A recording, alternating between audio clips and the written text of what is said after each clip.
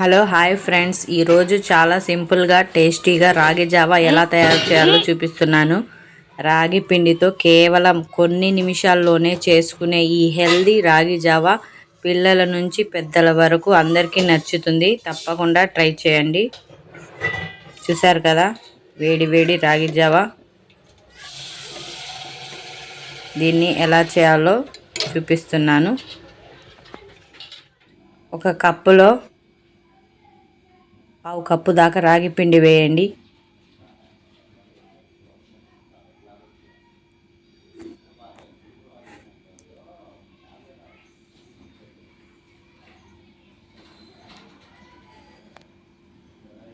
చూసారు కదా, ఆ తర్వాత బెల్లం మనకి టేస్ట్కి సరిపడనంత తీసుకోండి. ఆ తర్వాత కొన్ని జీడిపప్పు,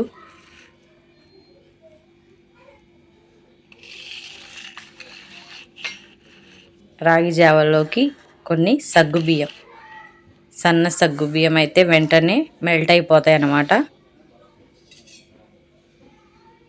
ఆ తర్వాత ఒక 2 కప్స్ దాకా వాటర్ తీసుకోండి.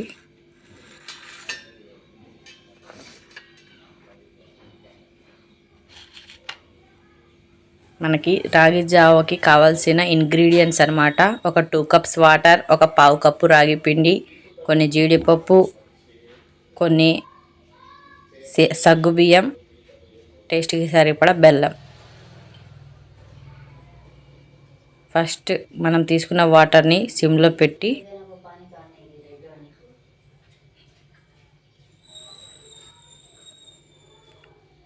వాటర్ కొంచెం వేడయ్యాక మనం తీసుకున్న సగ్గుబియ్యంని వాటర్లోకి వేసి ఉడకనివ్వండి.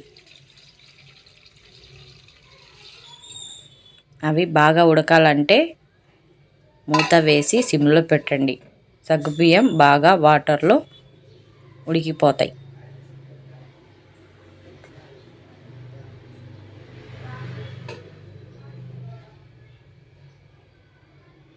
మూత వేస్తే మనకి సగ్గుబియ్యం అనేది వెంటనే ఉడికిపోతాయి అన్నమాట. ఒక 10 మినిట్స్ ఆగిన తర్వాత మూత తీసి చూడండి.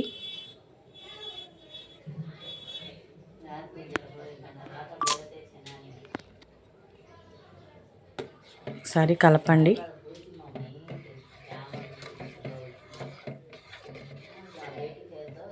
నేను తీసుకున్నవి సన్న సగ్గుబియ్యం కాబట్టి వెంటనే ఉడికిపోతాయి అన్నమాట.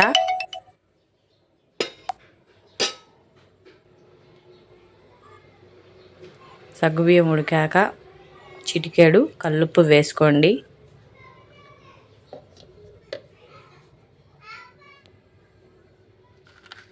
ఆ తర్వాత మనం తీసుకున్న బెల్లం వేసుకోండి.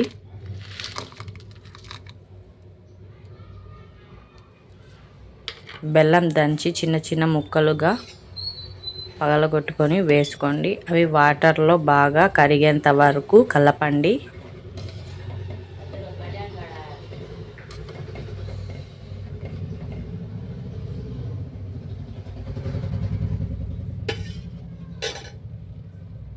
ఆ తర్వాత మనం తీసుకున్న రాగి పిండిలో వాటర్ వేసి జావలాగా కలుపుకోండి. పిండి అనేది మనకి జావలాగా సాఫ్ట్గా అవ్వాలన్నమాట.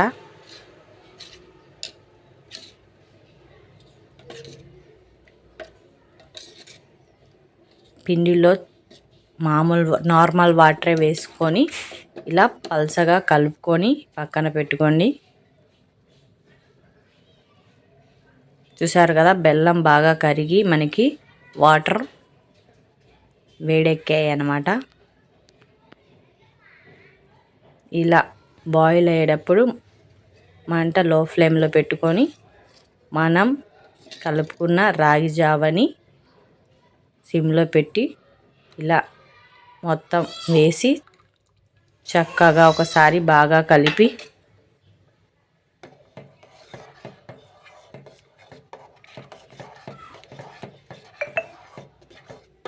పిండి వేసేటప్పుడు ఖచ్చితంగా మంట లో ఫ్లేమ్లోనే పెట్టుకోండి.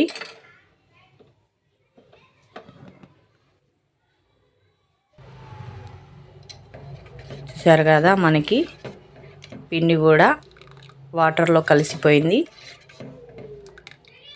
సగ్గుబియ్యం ఉడికిపోయాయి, బెల్లం కరిగిపోయింది.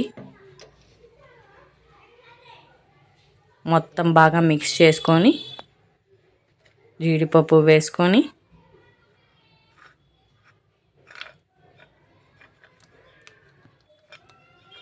స్టవ్ ఆఫ్ చేసుకోండి. ఆ తర్వాత